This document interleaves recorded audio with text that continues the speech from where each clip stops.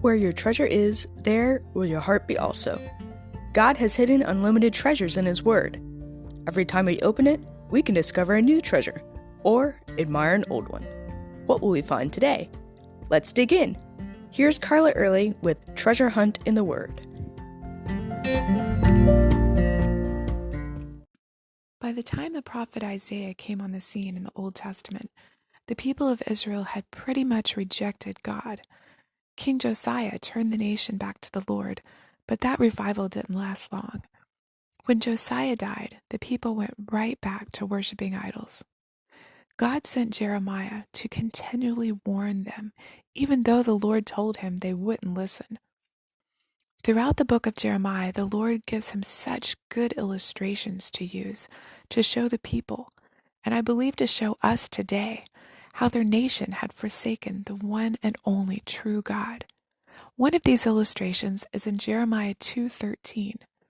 It says, "For my people have committed two evils.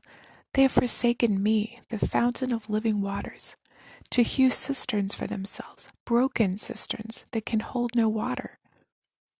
He boiled everything down to two sins, leaving the God who had abundantly provided for them, and making up their own useless gods to worship instead.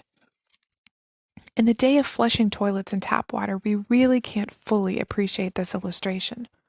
If you're old enough, or lived far enough out in the country not too long ago, you may remember bringing water from a well. That was lots of hard work. Buckets of water for washing, cooking, watering the garden.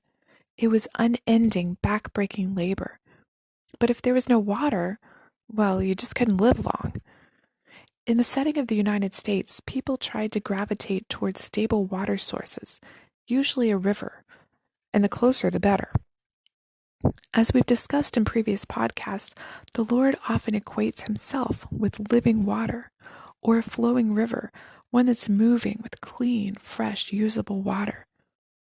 Back in the day, who wouldn't want to live as close as possible to a fountain of living water, a fresh, abundant stream?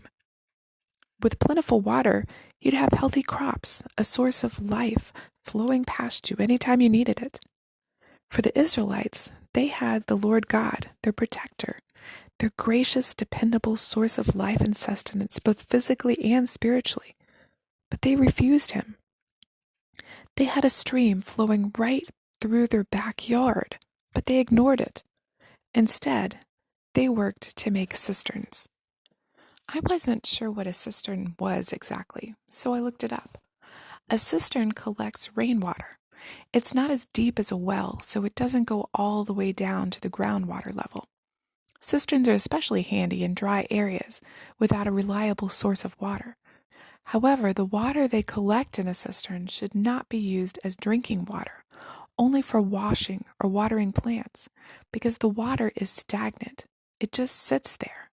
So in general, cisterns are inferior to wells or flowing streams. But they built cisterns, and they didn't do a very good job of it because it says here that the cisterns were broken. They couldn't hold water. How pointless! They ignored their plentiful source of water and worked hard at making something that couldn't hold water and was useless. They turned their back on God and relied on themselves and what they could do. They made and worshipped worthless idols that could do nothing for them. And all the time, their living God was right there. How tragic. How foolish. But aren't we guilty of the same two evils? Don't we trust in things other than God for our safety and security? Our jobs, our family, things, friends, traditions, money. We try to fill up our lives with activity and look to these things for satisfaction instead of looking to Jesus. And our lives show it too. When we depend on these things or even people in our life, we will end up discouraged and disappointed, stagnant and dirty.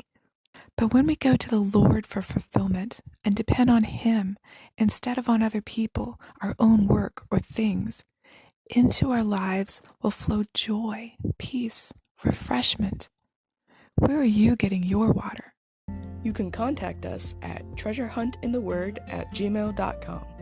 Also, if you'd like to share a treasure God has given you by doing an episode, please contact us. You can listen to other episodes on our website, which you'll find in the description below. Thanks for listening, and remember, where your treasure is, there will your heart be also.